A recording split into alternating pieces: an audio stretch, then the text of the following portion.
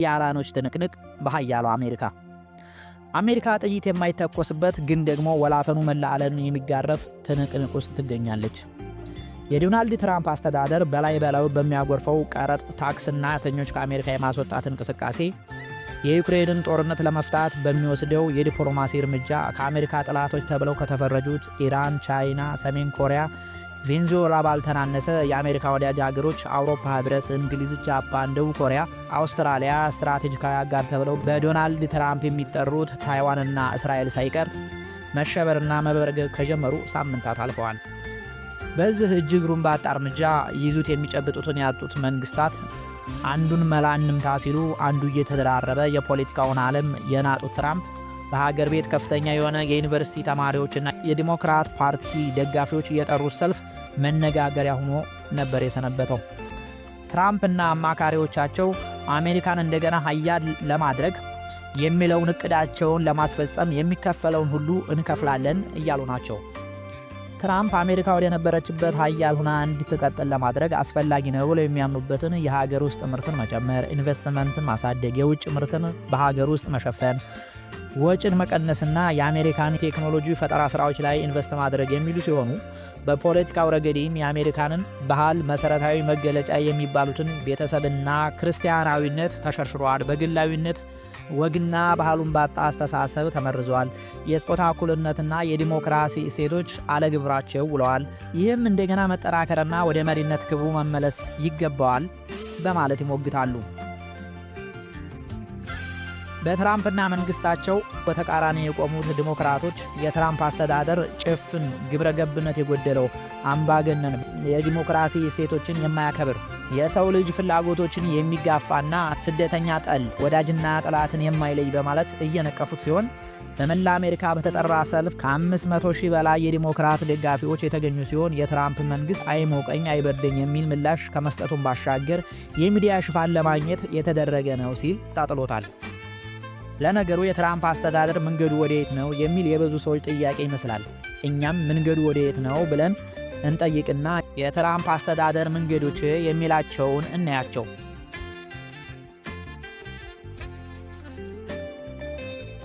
በትራምፕ አስተዳደር ውስጥ ስትራቴጂክ አመራር የሚባለው ሰው ስቲቭ ባነን ሲሆን ይህ ቀደም ሲል የባንክ ባለሙያና የታወቀ ፈላስፋ ሲሆን ወግ አጥባቂ የሚባል የኢኮኖሚና የፖለቲካ አሳቢ ተደርጎ ይወሰዳል። ባነን የትራምፕ አስተዳደርን ቀዶ የሰፋ የሚሉት አይነት ሰው ነው። በዚህ ሰው የሚመራው የትራምፕ መንግስት የምሁራን መዋቅር አሜሪካ የኢንዱስትሪ ሀገር ነች፣ እንደገና የኢንዱስትሪ ልማቶቿን ማንቀሳቀስ፣ አዳዲስ ኢንቨስትመንት ያስፈልጋል ባይ ናቸው። በዚህም አብዛኛው ኢንዱስትሪዎቿ መሰረታቸው ብረት ነክና የኃይል አቅርቦት ዋናዎቹ ናቸው ይላሉ። እንደገና የኢኮኖሚ አብዮት መፍጠር ከተፈለገ የብረት ኢንዱስትሪውንና የኃይል አቅርቦቱን መነካካት ይገባል ባይ ናቸው። ለዚህ ደግሞ ከውጭ የሚገቡ የኢንዱስትሪ ውጤቶችን መገደብና በሀገር ውስጥ እጥረት መፍጠር የኢንዱስትሪዎቹን ፍላጎት የሚጨምር ይሆናል ይላሉ። ሌላው የብረት ኢንዱስትሪው የግብዓት አቅርቦቶች ስለሚያስፈልጉት ሌሎች ሀገሮችን መዳረሻ ያደረገ ኢንቨስትመንት ማድረግ አለበት ይላሉ።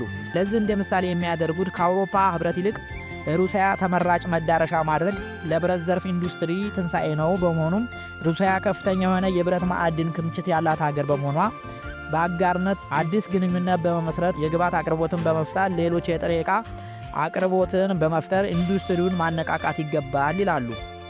በሌላ መልኩ የኃይል አቅርቦት በአሜሪካ የንግድ ስርዓት ውስጥ ለሀገር ውስጥም ሆነ ለውጭ ገበያ ለመፍጠር አይተኬ ሚና አለው። በዚህም የኃይል አቅርቦት ተጨማሪ ኢንቨስትመንት በማድረግ ዘርፉን ማጠናከርና በፖሊሲ የተገደበውን ሁኔታ ማሻሻል ሌላኛው የትራምፕ አስተዳደር ሐሳብ ነው። እዚህም ከተባበሩት መንግስታት ዘርፉን ከሚገድቡ ስምምነቶች በመውጣት አዳዲስ የነዳጅ የድንጋይ ክሰል ስፍራዎችን ወደ ሥራ በማስገባት ነባሮችን በማዘመን በሌሎች ሀገሮች ላይም ተጨማሪ ዳሰሳ በማድረግ አስተማማኝ የኃይል አቅርቦት መፍጠር የሚሉ ናቸው።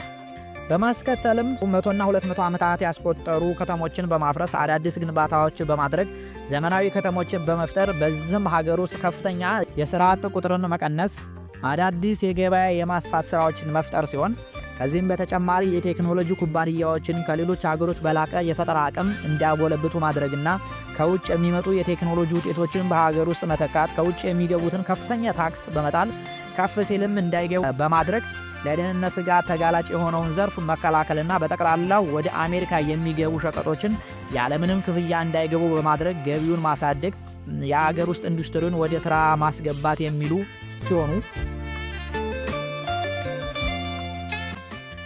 ማኅበረ ፖለቲካን በተመለከተ የአሜሪካ ማኅበራዊ መሠረት በዋናነት ስኮቲሽ ሆኖ በአነስተኛም ቢሆን በሆላንድ፣ በፖላንድ፣ በይሁድና በጀርመን ቅይጥ ባህል የበላይነትን የያዘ በሃይማኖትም የክርስትና መሠረት ያለው አብዛኛው ቤተሰባዊ መዋቅርን የሚከተል ተደርጎ የሚወሰድ ሲሆን ባለፉት የዲሞክራቶች አመራር ከዚህ የአሜሪካውያን እሴቶች ያፈነገጠ በዲሞክራሲ ስም በተለይም በጾታ በባህል የቤተሰብ ሁኔታን ከላሽ የሆነ ሐሳብ ልክ በሌለው ሁኔታ አፈንግጧል የሚል ሐሳብ የሚያነሱት የትራምፕ ስትራቴጂስቶች ይህ ሁኔታ አሜሪካ በባህል የለሽ ሃይማኖትና ሞራል አልባ ሀገር መስላ እንድትታይ አድርጓል በሚል የሰላ ነቀፌታ የሚያነሱ ሲሆን ይህንን ስርዓት መገደብና ሕጋዊ ድጋፎቹንም ማንሳት ይገባል ባይ ናቸው። በዚህም ትራምፕ በተመረጡ በሳምንቱ ጾታ ምርጫ ነው የሚለውን ሁኔታ በመሻር ጾታ 2 ነው በማለት ሕግ ያወጡት።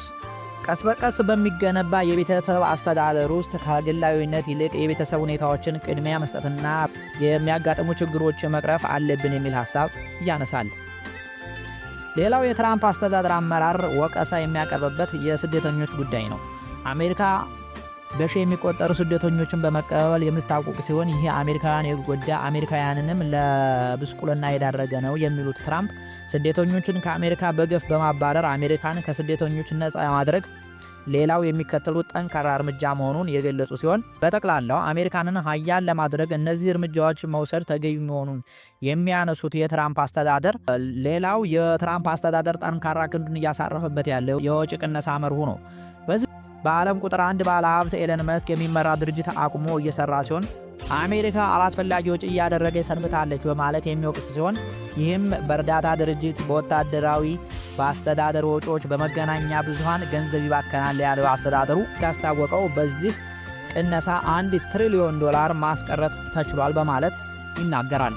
ለአሜሪካ ጥቅም የማይቆም የአሜሪካ ወዳጅ ሊሆን አይችልም የሚል የመንግስታቸው መርህ ይመስላል። የዛሬውን አበቃን። እናመሰግናለን። መልካም ብሩህ ቀን። ከዋይቢ ሚዲያ ሼር፣ ሰብስክራይብ፣ ኮሜንት አድርጉ።